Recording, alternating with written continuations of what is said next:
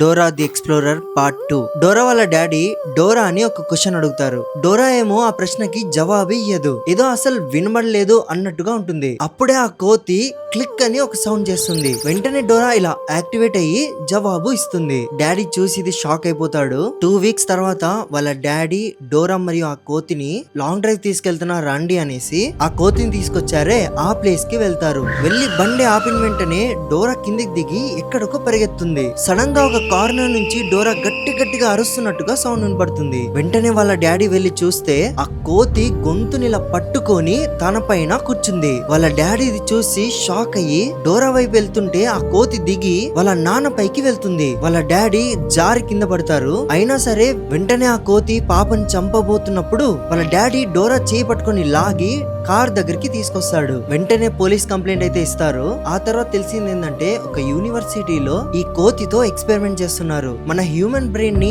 ఆ కోతి లోపల అడ్వాన్స్ టెక్నాలజీతో ఇన్సెషన్ చేస్తే అది ఎలా రియాక్ట్ అవుతుందో చూస్తున్నారు. అయితే ఈ ప్రాసెస్ జరుగుతున్నప్పుడు ఆ కోతి అక్కడి నుంచి పారిపోతుంది. ఆ కోతే తన గొలుసుని కట్టేసుకుని ఎవరైనా అడాప్ట్ చేసుకుంటారని అక్కడ వెయిట్ చేస్తుండే.